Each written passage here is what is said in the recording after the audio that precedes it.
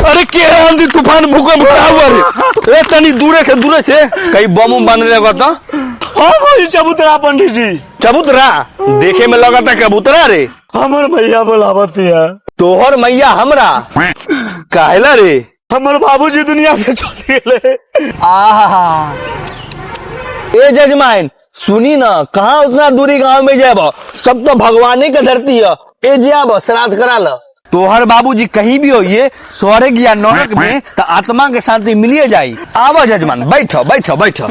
तो सुनिए जजमान, जैसे जैसे आप मंत्र पढ़ेंगे या विध करेंगे वैसे वैसे आपको मंत्र पढ़ना है और विध करना है। तो जैसे जैसे आप बोलिएगा वैसे वैसे हमको भी बोलना है। हाँ, हाथ गोरे से सरिया लीजिए जजमान। हाथ गोरे से सरिया लीजिए जजमान। बाप रे। हाँ तो मंत्र बोलिएगा जजमान। हाँ तो मंत्र बोलिएगा जजमान। लेकिन ये साला कर क्या रहा है यहाँ पे? हाँ तो मंत्र बोलिएगा जजमान। हाँ मंत्र बोलिएगा जजमान। ओम तारा पुक। ओम तारा पुक। हाँ तो सुनिए जजमान। हाँ तो सुनिए जजमान। ये फूल हाथ में ले लीजिए जजमान। ये फूल हाथ में ले लीजिए जजमान। होम ले ले। होम ले ले।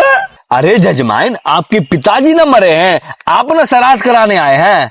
अरे जजमान आपके पिताजी न मरे हैं, आप न श्राद्ध कराने आए हैं। मेरे पिताजी मरे हैं। मेरे पिताजी मरे हैं। अरे जजमान आप न श्राद्ध कराने के लिए आए हैं। अरे जजमान आप न श्राद्ध कराने के लिए आए हैं। हम श्राद्ध कराने आए हैं। तो सुनिए जजमान, ई बीत पर 100 रुपया रखिए।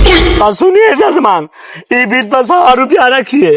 अरे हम रखे तो हम रखे। देखिए जजमान मजाक उजाक बहुत हो गया। तो देखिए जजमान मजाक उजाक बहुत हो गया। आज तो हर काल मटराइते जजमान। आज तो हर काल मटराई छो बेटा। अरे पंडित जी को बेटा का धारे।